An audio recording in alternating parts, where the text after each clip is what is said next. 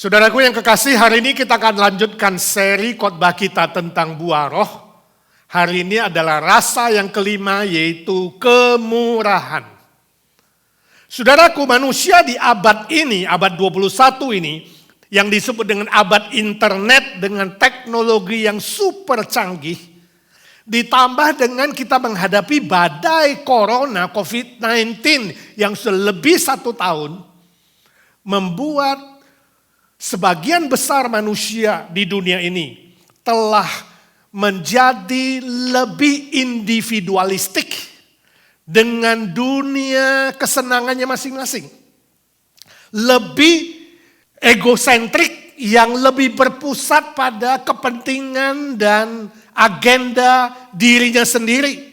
Dan lebih materialistik, artinya segala sesuatu diukur dari materi. Materi adalah menjadi hal yang paling penting. Uang menjadi segala-galanya. Nah, saudaraku, akibat dari pola hidup yang sedemikian, manusia masa kini menjadi manusia yang lebih tidak peduli kepada orang lain. Lebih tidak peduli kepada lingkungannya. Dan secara sadar atau tidak, manusia lebih cuek. Lebih jahat. Lebih kejam terhadap sesamanya. Ditambah dengan pengaruh film, pengaruh games, pengaruh video, dan medsos-medsos lainnya. Yang begitu bebas mempromosikan dosa. Yang begitu bebas mempertontonkan kekerasan dan kejahatan. Sebuah hal yang sedemikian itu bisa terjadi. Baik itu di dalam rumah, di sekolah, baik itu di lingkungan tempat kerja, ataupun di masyarakat yang luas, saudara-saudara. Contohnya saya membaca cerita dari Indonesia. Ada seorang ibu yang kesaksian, dia ibu pendeta. Suatu hari dia dirawat di rumah sakit. Dan ketika dia haus, dia minta minum kepada perawat. Perawatnya menjawabnya demikian, saya sendiri aja belum minum. Bayangkan perawat, nurse yang harusnya berbuat murah hati, dia begitu galak. Juga saya membaca sebuah kesaksian seorang penumpang pesawat Garuda di Indonesia. Dia cerita, dia minta minum kepada pramugari. Dan pramugarinya menjawab, sorry ya, saya bukan pembantumu. Waduh, ada pramugari yang demikian, saudara. Dan juga kesaksian seorang ibu yang naik pesawat dan minta tolong kalau boleh tasnya dibantu angkat. Karena ibu itu gak kuat, angkat taruh di kabin itu loh, saudara, tempat tas itu loh. Lalu pramugarinya menjawab begitu. Bu, pramugari sekolah bukan jadi kuli tukang angkat. Naikkan saja sendiri. Wow, pramugari yang tidak bermurah hati. Bayangkan kalau yang naik pesawat itu papa saudara atau mama saudara yang sudah berusia, yang sudah senior. Gimana reaksi saudara? Marah? Di pihak lain bisa saja juga yang jadi pramugari itu adalah teman saudara yang saudara kenal. Atau kakak ipar saudara. Gimana tuh kalau jadi pramugari yang demikian? Saya juga baca kesaksian seorang murid Indonesia yang sekolah di Amerika. Dia bilang dia dikasari oleh seorang dosen yang berkulit hitam. Dia mengalami kata-kata yang kotor dan tindakan yang diskriminatif. Itu terjadi di sekolah.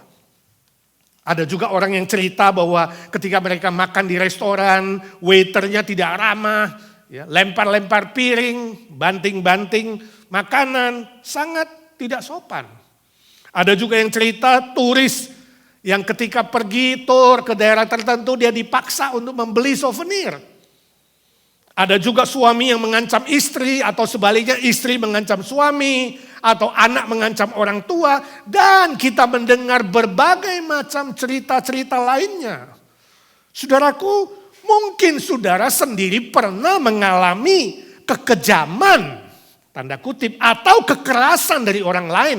Misalnya anak saudara yang tidak tahu berbakti, anak saudara yang tidak sopan, ya, teman saudara yang berkhianat, tetangga yang selalu mengganggu, bos atau guru yang galak, atau bos yang pelit dan sadis, dan lain sebagainya, dan lain sebagainya.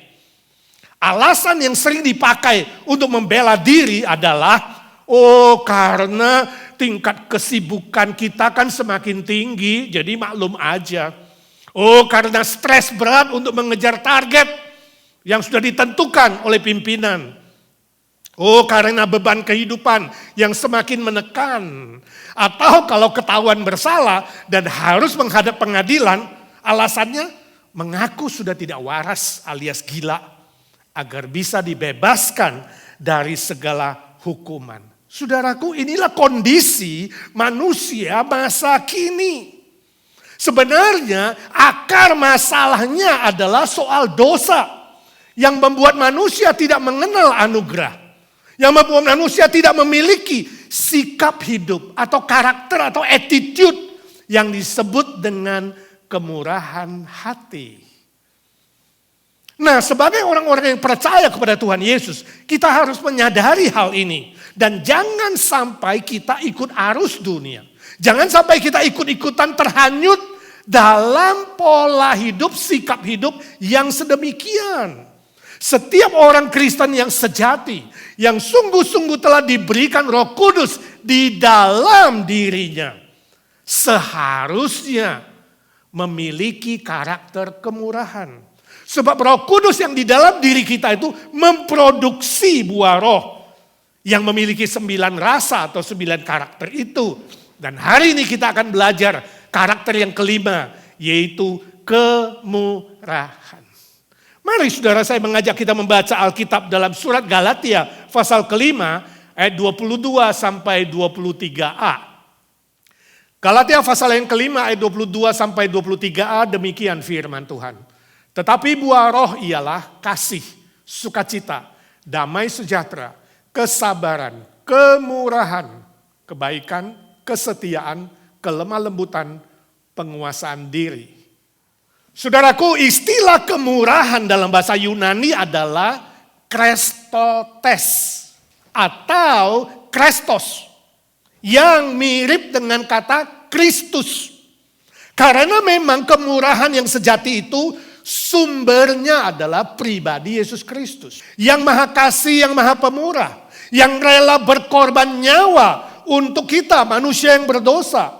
Sebab itu melalui undangan Yesus Kristus dalam Injil Matius pasal 11 ayat 28 sampai 30 yang tadi kita baca di ayat pembimbing, kita akan belajar beberapa makna yang sejati dari karakter kemurahan yang diproduksi oleh Roh Kudus yang tinggal di dalam kita selama-lamanya. Makna yang pertama, perasaan simpati terhadap orang lain. Kata simpati berasal dari kata sun, artinya bersama-sama, dan pathos artinya perasaan. Jadi simpati artinya memiliki perasaan yang sama dengan orang lain. Dalam Injil Matius 11:28 Tuhan Yesus berkata, "Marilah kepadaku semua yang letih, lesu dan berbeban berat. Aku akan memberikan kelegaan kepadamu." Ini adalah sebuah undangan, sebuah seruan, sebuah panggilan kepada semua manusia yang kehilangan anugerah, yang kehilangan kemurahan di dalam kehidupan ini. Istilah letih, lesu dan berbeban berat adalah menunjuk kepada semua manusia yang oleh karena dosa telah menjadi penyebab dari kekerasan atau kejahatan. Atau sebaliknya menjadi korban dari kekerasan atau kejahatan yang terjadi di dalam kehidupan ini. Yang disebabkan juga oleh godaan dunia atau pencobaan dari si iblis. Yesus Kristus yang rela menjelma menjadi manusia, dia mengerti pergumulan kita 100% sebab dia adalah Allah yang 100%, tapi rela menjadi manusia yang 100%. Bedanya hanya satu, dia tidak berdosa. Dia tidak pernah berbuat dosa sedikit pun, setitik pun, satu kali pun. Sebab itu dia yang benar, dia yang mengerti pergumulan kita. Tuhan Yesus simpati, dia memiliki perasaan yang sama dengan kita. Dan dia juga bisa memberikan kepada kita kemampuan untuk simpati terhadap orang lain.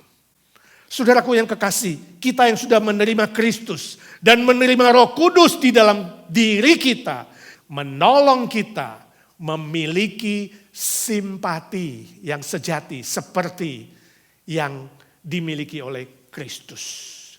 Ketika manusia abad 21 yang semakin keras, semakin kejam, dan semakin jahat, orang Kristen haruslah menawarkan simpati yang sejati. Menangis bersama mereka yang sedih, bersukacita bersama mereka yang bersukacita, menawarkan kelegaan kepada mereka yang letih lesu dan berbeban berat, kepada mereka yang telah mengalami pahit getirnya kehidupan ini. Kemurahan yang sejati melahirkan simpati untuk mengerti perasaan orang lain dan mengerti kebutuhan orang lain. Saya membaca cerita, ada seorang anak SD kelas 3 namanya Gracia.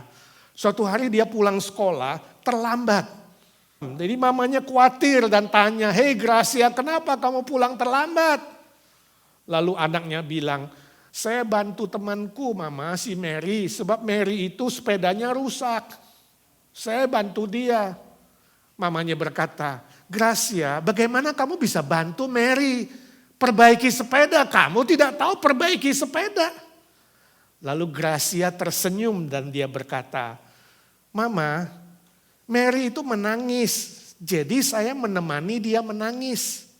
Sampai datang orang lain yang bisa membantu memperbaiki sepedanya." Oh, bagus sekali ya saudara, ini adalah sebuah contoh tentang kemurahan hati. Apa yang dilakukan oleh Gracia adalah sebuah teladan dari simpati yang mengerti perasaan temannya, yang mengerti kebutuhan temannya. Kehadiran Gracia untuk menemani temannya Mary telah memberikan sebuah kelegaan dan ketenangan. Saudaraku, permisi tanya, apakah saudara memiliki rasa simpati yang sedemikian? Mintalah Roh Kudus memproduksi buah roh, rasa yang kelima itu. Karakter yang kelima itu yaitu kemurahan. Maka saudara akan mulai mengerti perasaan orang lain. Dan saudara akan memiliki hati nurani yang lebih sensitif, lebih peka terhadap perasaan orang lain dan kebutuhan orang lain. Nah, saudara perlu catat di sini, lebih peka atau lebih sensitif tidak sama dengan oversensitif atau terlalu sensitif.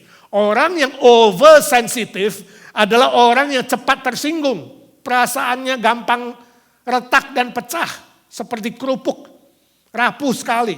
Itu oversensitif. Orang yang oversensitif itu cepat marah-marah. Tapi orang yang sensitif, orang yang peka, itu adalah orang yang dapat mengerti perasaan orang lain. Dan mengerti kebutuhan orang lain. Saudara cobalah bertanya, bila saya ada pada posisi dia, apa yang saya harapkan? Maka saudara mulai mengerti perasaan orang lain. Oh, mungkin kalau saya seperti dia, yang saya harapkan adalah kata-kata yang membangun. Yang saya harapkan adalah teman yang menangis bersama saya. Yang saya harapkan adalah kekuatan, penghiburan. Yang kedua, kemurahan artinya perbuatan yang membangun orang lain. Tadi simpati, satu perasaan, mengerti perasaan dan kebutuhan orang lain. Yang kedua adalah perbuatan yang membangun orang lain. Tuhan Yesus berkata dalam Matius 11 ayat 29, "Pikulah kuk yang kupasang dan belajarlah daripadaku. Karena aku lemah lembut dan rendah hati, dan jiwamu akan mendapat ketenangan." Nah saudaraku, ini adalah perbuatan Yesus Kristus yang konkret, yang nyata.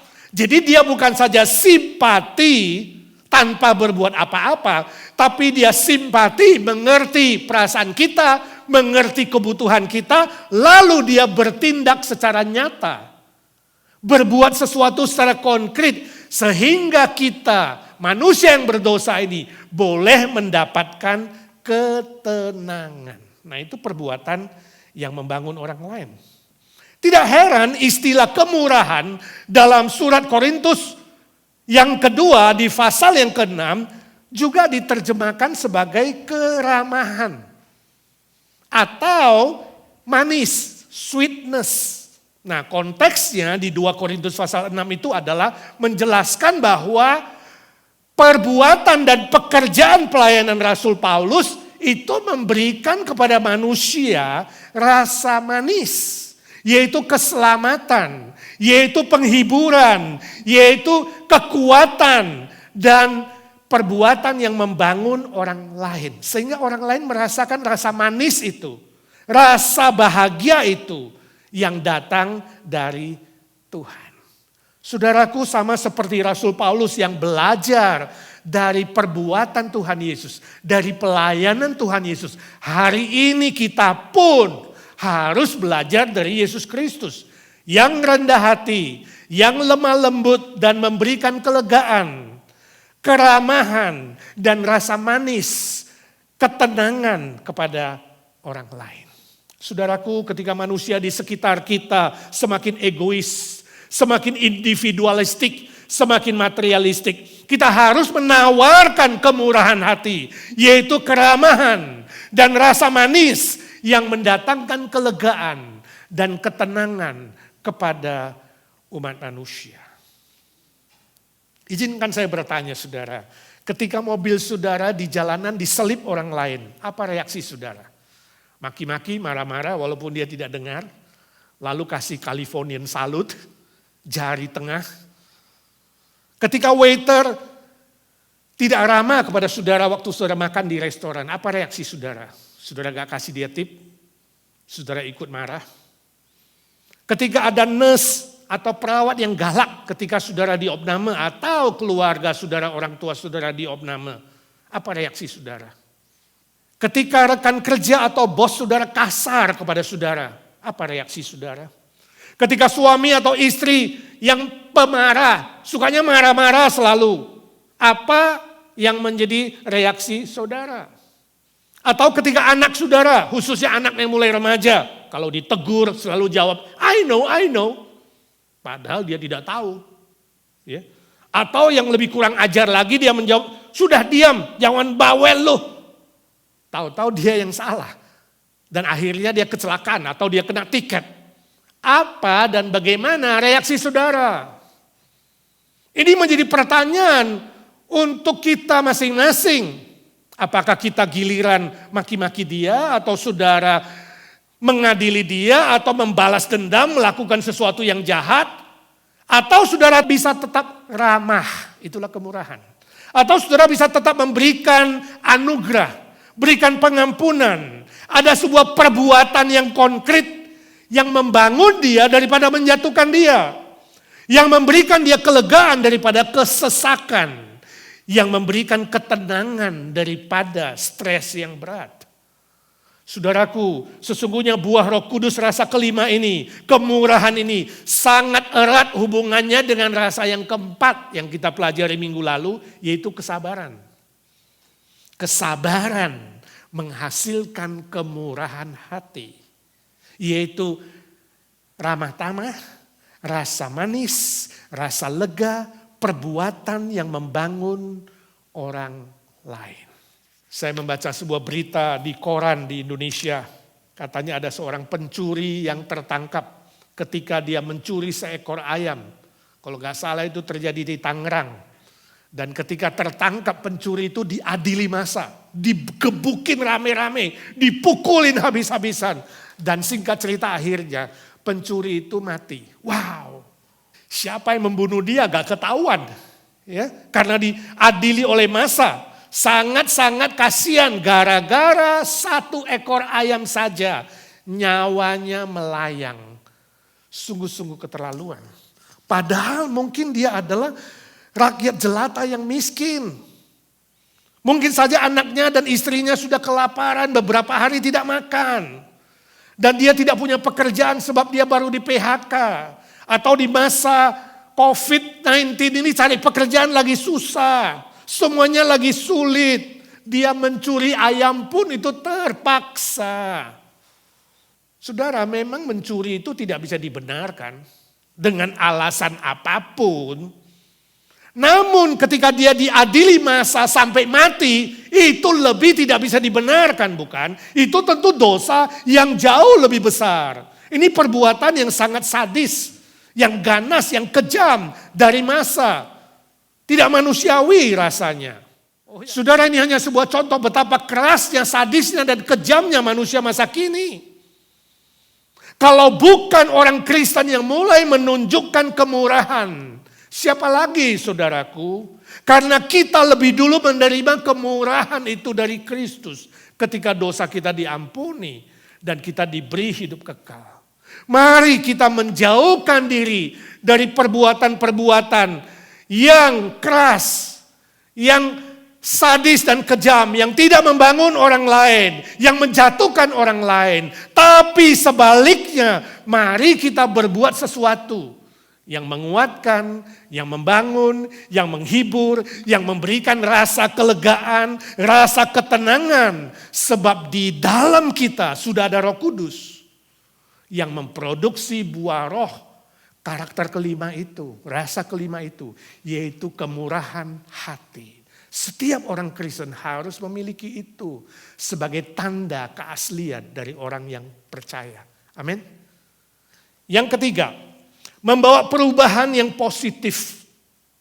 Tuhan Yesus berkata di ayat 30, sebab kuk yang kupasang itu enak dan bebanku pun ringan. Perasaan simpati, yang mengerti perasaan orang lain dan kebutuhan orang lain, melahirkan perbuatan yang membangun orang lain. Dan kemudian memproduksi perubahan yang positif. Itu adalah makna kemurahan yang sejati. Rantai yang sambung menyambung antara simpati, perbuatan yang nyata, yang membangun orang lain, dan perubahan yang positif. Ketika Yesus mengatakan, sebab kuk yang kupasang itu enak dan bebanku pun ringan. Istilah ringan di situ sejajar dengan istilah kemurahan. Artinya Tuhan Yesus yang memberikan kelegaan dan ketenangan, itu hasil akhirnya adalah bebannya jadi ringan. Itulah nilai positif dari hasil akhir sebuah karakter kemurahan hati. Saudaraku, istilah kuk yang dipasang adalah sebuah simbol dari hubungan pribadi yang akrab dengan Tuhan Yesus. Dengan kata lain, kuk yang kupasang itu artinya berjalan bersama-sama dengan Tuhan Yesus. Ibarat kuk pada sapi yang membajak. Jadi saudara, kalau membajak sapi itu istilah kuk, yaitu sebuah kayu yang ditaruh di leher sapi, ya, yang menarik bajak itu, dan kemudian si pembajak berjalan bersama dengan si sapi sehingga pekerjaan membajak itu menjadi ringan sebab ditarik oleh si sapi itu, dan hasilnya pun lebih positif, lebih baik, lebih efektif. Demikian pula ketika hari ini kita bertekad berjalan bersama-sama dengan Tuhan Yesus, pastilah akan menghasilkan sebuah perubahan yang positif, yang efektif, yang baik, yang benar, yang memberikan kebahagiaan, kelegaan, ketenangan, dan keberhasilan. Ketika Rasul Petrus menyangkal Yesus 3 kali, murid yang memimpin seluruh rasul, dia menyangkal Tuhan Yesus 3 kali, bayangkan. Sebuah perbuatan yang sangat-sangat tidak baik, bukan? Mengkhianati guru sendiri. Tapi Tuhan Yesus tidak marah-marah. Tidak mengadili dia. Tidak mengejek dan menjatuhkan semangat Petrus. Tapi Tuhan Yesus hanya memandang Petrus dengan mata kemurahan hati. Dengan mata yang teduh. Dengan mata anugerah. Dengan belas kasihan, dengan ketenangan, dengan kelegaan. Sehingga Petrus merasakan bebannya jadi ringan. Dan akhirnya Petrus menyesali perbuatannya. Dia menangis, dia sedih dan dia bertobat. Setelah bertobat dia berubah. Dan kalau kita lihat setelah Yesus bangkit, Petrus bertekad, dia akan mengasihi Tuhan sampai dia mati. Bahkan kalau kita melihat pelayanan dia yang efektif sampai akhir hidupnya, Petrus berani mati syahid untuk Yesus Kristus. Itu sebuah perubahan yang sangat positif. Perubahan 180 derajat. Permisi tanya saudaraku, sudah berapa lama saudara menjadi seorang Kristen, seorang percaya? Mungkin sejak kecil, mungkin sejak lahir. Berapa banyak saudara telah berubah sejak mengenal Yesus Kristus? Semakin positifkah, semakin baikkah, semakin benarkah? Atau malah sebaliknya saudara seperti kanak-kanak, tidak banyak berubah dibandingkan dengan orang Kristen yang lebih baru. Mari saya ajak kita mengevaluasi perjalanan saudara bersama dengan Tuhan Yesus. Mungkin sudah puluhan tahun ikut Tuhan Yesus. Perubahan positif apa yang terjadi? Sehingga hidupmu, karaktermu menjadi berkat untuk orang lain. Dan apakah saudara juga mendatangkan perubahan positif bagi orang lain? Membuat orang lain juga berubah secara positif dan efektif. Mari saudara kita mohon belas kasihan dan kemurahan dari Tuhan Yesus. Untuk terus mengubah hidup kita semakin positif, semakin baik, semakin benar. Untuk kemudian juga menjadi alat yang bisa mengubah orang lain secara positif juga. Mari kita mohon belas kasihan dari Roh Kudus supaya dia terus memproduksi buah roh rasa kelima, kemurahan hati ini secara kualitatif, secara kuantitatif, dan secara progresif. Terus menerus. Amin. Saya akan tutup dengan sebuah puisi, sebuah pantun. Pantunnya itu adalah sahabat. Ditulis oleh seorang sahabat yang tidak mau dikenal. Saya terjemahkan dari bahasa Inggris. Sahabat. Seorang sahabat adalah sebuah tisu ketika saudara menangis tak berhenti. Seorang sahabat adalah sebuah bahu ketika saudara merasa seperti mau mati. Seorang sahabat selalu mendengar ketika saudara ingin mengatakan isi hati. Seorang sahabat adalah 1 minggu ketika saudara hanya membutuhkan 1 hari. Seorang sahabat adalah sebuah tongkat ketika saudara patah hati. Seorang sahabat adalah sejenis lem yang melekat ketika saudara hancur bersepih-sepih.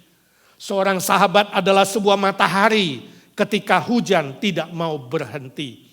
Seorang sahabat adalah ibarat mamamu ketika saudara ditangkap polisi. Seorang sahabat adalah sebuah panggilan telepon ketika saudara tidak bisa pergi-pergi. Seorang sahabat adalah sebuah tangan ketika saudara merasa sendiri. Seorang sahabat adalah sebuah sayap jika saudara ingin terbang tinggi.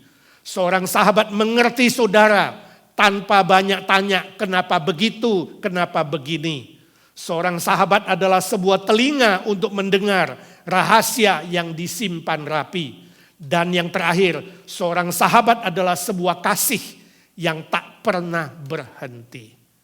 Saudaraku, inilah contoh seorang sahabat yang baik, bukan? Sahabat yang sejati. Permisi tanya, apakah saudara ingin punya sahabat seperti ini? Sama seperti Yesus Kristus yang menjadi sahabat baik bagi kita. Yang memberikan kemurahannya bagi kita. Mari kita belajar meneladani Tuhan Yesus. Mari kita belajar menjadi seorang sahabat yang baik bagi orang lain. Permisi tanya, berapa banyak sahabat yang saudara punya? Sahabat yang sejati yang saudara punya. Saya yakin saudara pasti ingin punya sahabat yang bermurah hati, bukan? Ya Pak, tapi sulit. Sulit kan mendapatkan seorang sahabat yang murah hati di zaman ini. Saudara, caranya adalah haruslah dimulai dari diri sendiri. Setelah kita sendiri menjadi sahabat yang bermurah hati bagi orang lain, barulah kita bisa menuntut memiliki seorang sahabat yang bermurah hati seperti itu. Mari saudara kita mohon Roh Kudus menolong kita semua. Melahirkan buah Roh Kudus rasa kelima yaitu kemurahan hati. Secara terus menerus bertumbuh. Kualitatif, kuantitatif, dan progresif. Untuk memuliakan Bapa di sorga. Dan menjadi berkat bagi banyak orang lain. Amin. Mari kita berdoa. Bapa di sorga, kami mengucap syukur dan terima kasih untuk firman-Mu. Roh Kudus, kami bersyukur bahwa Engkau memproduksi buah kemurahan dalam hidup kami. Tolonglah kami supaya buah itu tidak stuck berhenti, tapi terus bertumbuh secara kualitas dan kuantitas, secara progresif terus menerus, semasi nafas di kandung badan. Tuhan Yesus, tolonglah kami meneladani Engkau ketika Engkau menunjukkan kemurahan hati bagi kami semua umat manusia yang berdosa. Suara hamba-Mu sudah berhenti. Biarlah suara Roh Kudus terus berbicara di pikiran, di hati kami. Tolong kami ya Roh Kudus, supaya kami bukan saja menjadi pendengar-pendengar firman, tapi kami menjadi pelaku-pelaku firman Tuhan.